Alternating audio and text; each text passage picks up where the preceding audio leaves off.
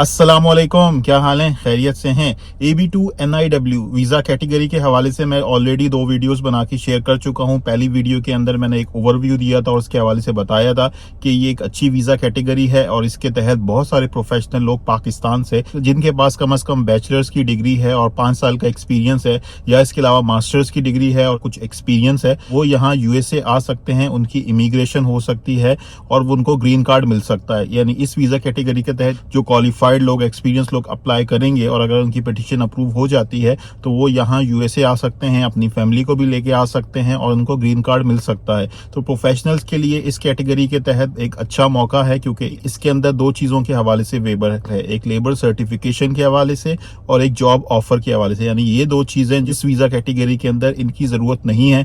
इसके बगैर ही self petition file की जा सकती है। कोई भी बंदा अपने लिए अपनी पिटीशन खुद फाइल कर सकता है। उसको किसी स्पॉन्सर की, किसी एम्प्लॉयमेंट रिलेशनशिप की, किसी एम्प्लॉयर की जरूरत नहीं है। जो प्रोफेशनल लोग हैं, जिनके पास क्वालिफिकेशन है, एक्सपीरियंस है, जो भी उसका क्राइटेरिया, अगर वो उसके अंदर फॉल करते हैं, उस क्राइटेरिया को मीट करते हैं, तो वो इस कैटेगरी के थ्रू अप्लाई करके यहाँ USA आ सकते हैं। लेकिन इसके लिए डेफिनेटली कुछ चीजों का ख्याल करना होगा। अपनी क्वालिफिकेशन, अपना एक्सपीरियंस देखना होगा, उसके हवाले से डॉक्यूमेंटेशन को प्रिपेयर करना होगा, कंपाइल करना होगा और उसके बाद उसको जमा कराना होगा। अच्छा, इस वीडियो के अंदर मैं जो इसका एप्लीकेशन प्रोसेस है, यानी आप किस तरीके से एप्लीकेशन फाइल कर सकते हो या किन चीजों का आपको ख्याल रखना चाहिए, उसके हवाले से एक ओवरऑल आइडिया देने की कोशिश करूंगा और साथ ही साथ बताऊंगा कि इस एप्लीकेशन की फीस कितनी है और इसको कैसे सबमिट करवाया जा सकता है और किस तरीके से आपको अपनी डॉक्यूमेंटेशन कंपाइल करनी चाहिए ताकि आपकी जो डॉक्यूमेंटेशन है वो प्रॉपर तरीके से कंपाइल हो, उसका एक पैकेज बने और उसके बाद आपने इसको मेल करना है और अपनी फीस जमा करवानी है। इस वीडियो के अंदर उस चीज के हवाले से बात करूंगा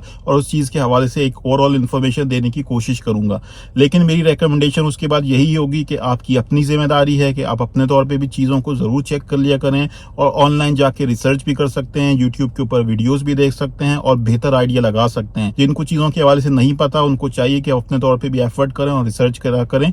अगर मैं कोई बात कहता हूं या कोई और कोई बात कहता है या कोई कंसल्टेंट कोई बात कहता है तो आपकी अपनी भी जिम्मेदारी है कि चीजों को डबल चेक कर लें और मेक श्योर कर लें कि उसमें कोई अपडेट तो नहीं हो गया या उसमें कोई ऐसी चीज तो नहीं है जो किसी तरीके से मिस रिप्रेजेंटेशन हो गई है या उसमें कोई गलती हो गई है। तो अपने तौर पे भी चीजों को जरूर चेक कर लिया करें। और आजकल के दौर में बहुत सारी सोर्सेज मौजूद हैं, बहुत सारी रिसोर्सेज मौजूद हैं, इंटरनेट की फैसिलिटी है, चैट GPT है, AI की सहूलत मौजूद है। तो इन सारी चीजों को यूज करके बहुत सारी चीजों के हवाले से एक अच्छी इन्फॉर्मेशन ली जा सकती है। और इस पर्टिकुलर चीज के लिए जो आपकी सबसे बेस्ट रिसोर्स है जिससे आपको ऑथेंटिक इन्फॉर्मेशन मिलेगी वो USCIS की वेबसाइट है, USCIS.gov की वेबसाइट है, United state citizen and immigration services की वेबसाइट है। उसके ऊपर इस पिटीशन के हवाले से, इसकी एप्लीकेशन के हवाले से, इसकी फीस के हवाले से, कहाँ फाइल करना है, उसके हवाले से आपको इन्फॉर्मेशन मिल जाएगी। और इसके अलावा बाकी भी और भी सोर्सेज मौजूद हैं इंटरनेट के ऊपर, वहां से भी इन्फॉर्मेशन ली जा सकती है। इसके अलावा यूट्यूब के ऊपर और भी बहुत सारे लोगों की वीडियोस मिल जाएंगी, तो वहां से भी अच्छी खासी इन्फॉर्मेशन गेन की जा सकती है और इस प्रोसेस को जो है वो खुद करवाया जा सकता है और अपनी पिटीशन को खुद फाइल करके बहुत सारे पैसे भी बचाए जा सकते हैं और चीजों को बेहतर तरीके से मैनेज भी किया जा सकता है। अच्छा, इस वीडियो को वो लोग भी देख सकते हैं जो कंसल्टेंट की सर्विसेज ले रहे हैं, एजेंट की सर्विसेज ले रहे हैं, और वो लोग भी देख सकते हैं जो कंसल्टेंट की सर्विसेज नहीं लेना चाहते और अपने पैसे बचाना चाहते हैं। तो जो लोग कंसल्टेंट की सर्विसेज ले रहे हैं वो इसलिए देख सकते हैं कि जब वो कंसल्टेंट के पास जाएंगे, एजेंट के पास जाएंगे और कंसल्टेंट उनको प्रोसेस बताता है, डॉक्यूमेंटेशन की रिक्वायरमेंट्स बताता है और फीस के हवाले से बताता है, तो उनके पास एक बेसिक इन्फॉर्मेशन होगी, एक ओवरऑल आइडिया होगा कि फीस कितनी है, कौन कौन से डॉक्यूमेंट जमा करवाने हैं और किस किस तरीके से चीजों को कंपाइल किया जाता है। तो वो इस इन्फॉर्मेशन को यूटिलाइज कर सकते हैं उस सारी चीज के हवाले से। अब जब आपने एप्लीकेशन फाइल करनी है तो उसके लिए क्या प्रोसेस होगा? अच्छा, उसके लिए प्रोसेस ये है कि डॉक्यूमेंट्स को कंपाइल करना है और एक पूरा पैकेज बनाना है और पैकेज को अच्छे तरीके से अरेंज करना है, ऑर्गेनाइज करना है। उसके ऊपर आप ऑर्गेनाइजर लगा दें, एक समरी शीट लगा दें, कवर शीट लगा दें, तो वो अच्छा होगा। उसमें आसानी होगी कि भाई कौन से डॉक्यूमेंट किस सीक्वेंस में रखे हुए हैं। तो पैकेज प्रॉपर तरीके से बनाना है और पैकेज के अंदर कौन कौन से डॉक्यूमेंट्स होंगे? पैकेज के अंदर आपके एजुकेशन, क्वालिफिकेशन के हवाले से डॉक्यूमेंट्स होंगे, आपकी डिग्रीज होंगी और साथ ही साथ आपका प्रोफेशनल एक्सपीरियंस के हवाले से जो एविडेंसेस हैं, जो सपोर्ट्स हैं, अगर आपके एक्सपीरियंस लेटर्स वगैरह हैं तो उन सारी चीज़ों के हवाले से डॉक्यूमेंटेशन होगी। उसमें आपकी पे के हवाले से भी इंफॉर्मेशन हो सकती है, आपके जो पास्ट की जो एम्प्लॉयर्स हैं उसके हवाले से इंफॉर्मेशन हो सकती है। आपने अपने डॉक्यूमेंट्स को कंपाइल करके अपने एजुकेशन के डॉक्यूमेंट्स, अपने प्रोफेशनल एक्सपीरियंस के डॉक्यूमेंट्स, एम्प्लॉयमेंट के जो एविडेंसेस हैं उसकी जो डॉक्यूमेंटेशन है, इन सबको कंपाइल करना है, प्रॉपर तरीके से अरेंज करना है और इसकी एक फाइल बना लेनी है हो ताकि चीजें प्रॉपर तरीके से अरेंज हो, ऑर्गेनाइज वे में सबमिट की जा सके। और जो एक इंपॉर्टेंट चीज है जिसका ख्याल रखना है वो ये है कि आपकी जो डिग्रीज हैं, आपकी जो सर्टिफिकेशंस हैं, उसकी आपने यूएस की इक्विवेलेंसी लेनी है। यूएस के अंदर क्या इक्विवेलेंसी है, वो यूएस में किस डिग्री के बराबर आती है, बैचलर्स डिग्री के बराबर आ रही है, नहीं आ रही, क्रेडिट आवर्स उसके कितने हैं, उस हवाले से आपने उसकी इवैल्यूएशन करवानी है और वो यूएस की इवैल्यूएशन एजेंसी से करवानी है। वो आप गूगल के ऊपर जाएंगे या रिसर्च करेंगे तो आपको पता चल जाएंगी, जो कि एजुकेशनल क्रेडेंशियल्स को इवैल्यूएट करती हैं और उसके हवाले से यूएस की इक्विवेलेंसी देती हैं।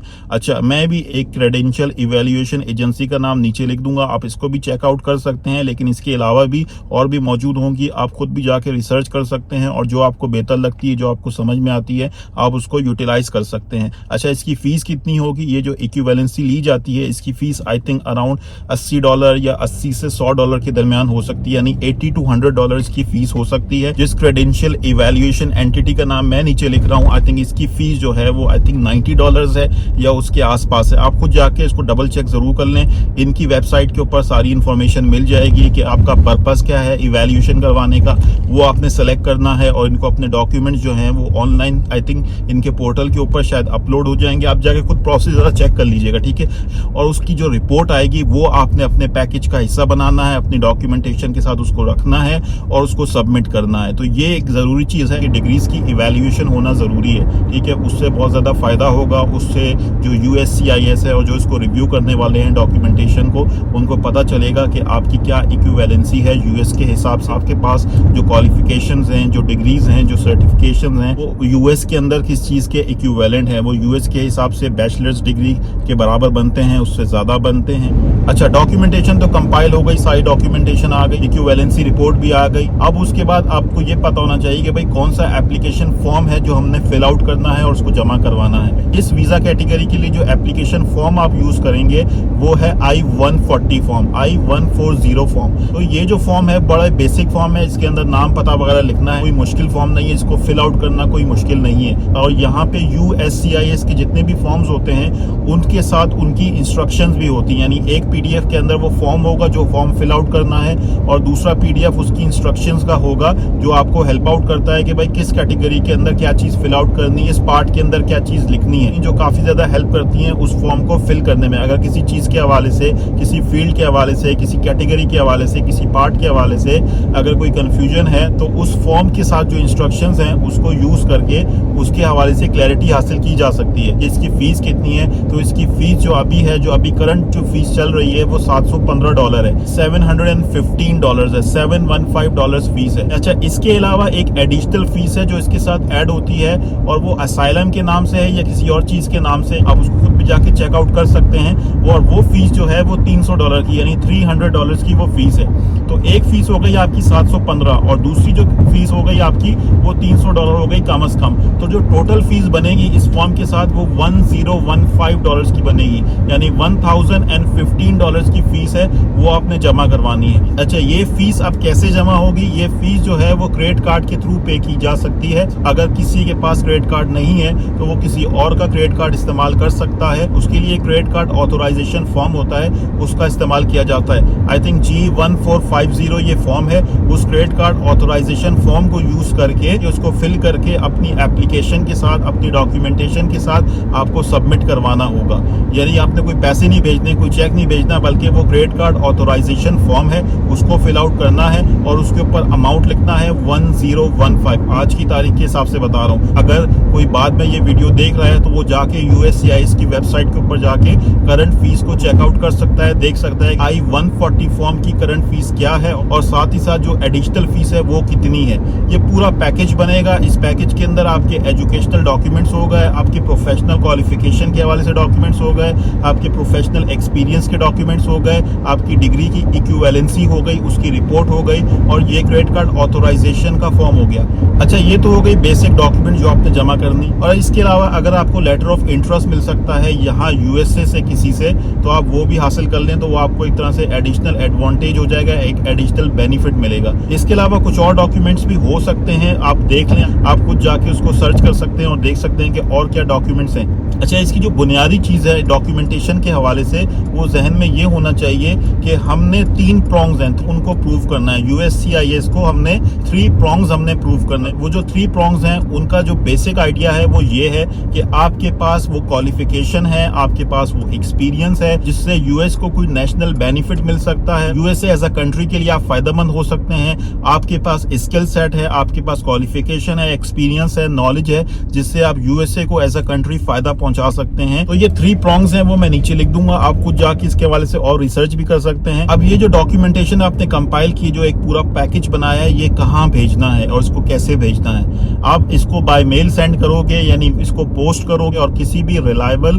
कोरियर सर्विस का इस्तेमाल कर सकते हो। आई थिंक फेडेक्स का अगर इस्तेमाल करें तो मेरे हिसाब से वो बेहतर है कि फेडेक्स के थ्रू इसको आप USCIS के ऑफिस भिजवा सकते हो। और आई थिंक उनका जो एड्रेस है वो टेक्सास का एड्रेस है, मैं इसको चेक करके नीचे लिख दूंगा। लेकिन आपकी जिम्मेदारी है इसको खुद भी जाके डबल चेक कर लें और आप खुद भी जाके USCIS की वेबसाइट के ऊपर जाके या इंटरनेट के ऊपर जाके इसको चेक कर सकते हैं एग्जैक्ट लोकेशन कौन सी है जहाँ पे ये डॉक्यूमेंटेशन का पैकेज और एप्लीकेशन के साथ हमने भेजना है। जब ये एप्लीकेशन पैकेज उनको मिल जाएगा तो जिसकी भी क्रेडिट कार्ड की आपने इन्फॉर्मेशन डाली, अपनी डाली या अपने किसी जानने वाले की डाली है, तो उसके क्रेडिट कार्ड से USCIS की जो फीस है 1015 ये चार्ज हो जाएगी। ठीक है, और जब चार्ज हो जाएगी तो इसका मतलब है कि उनको ये एप्लीकेशन पैकेज मिल गया है।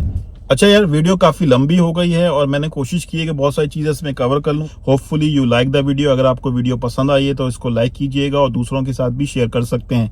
ठीक है, thank you very much, goodbye, अल्लाह हाफिज।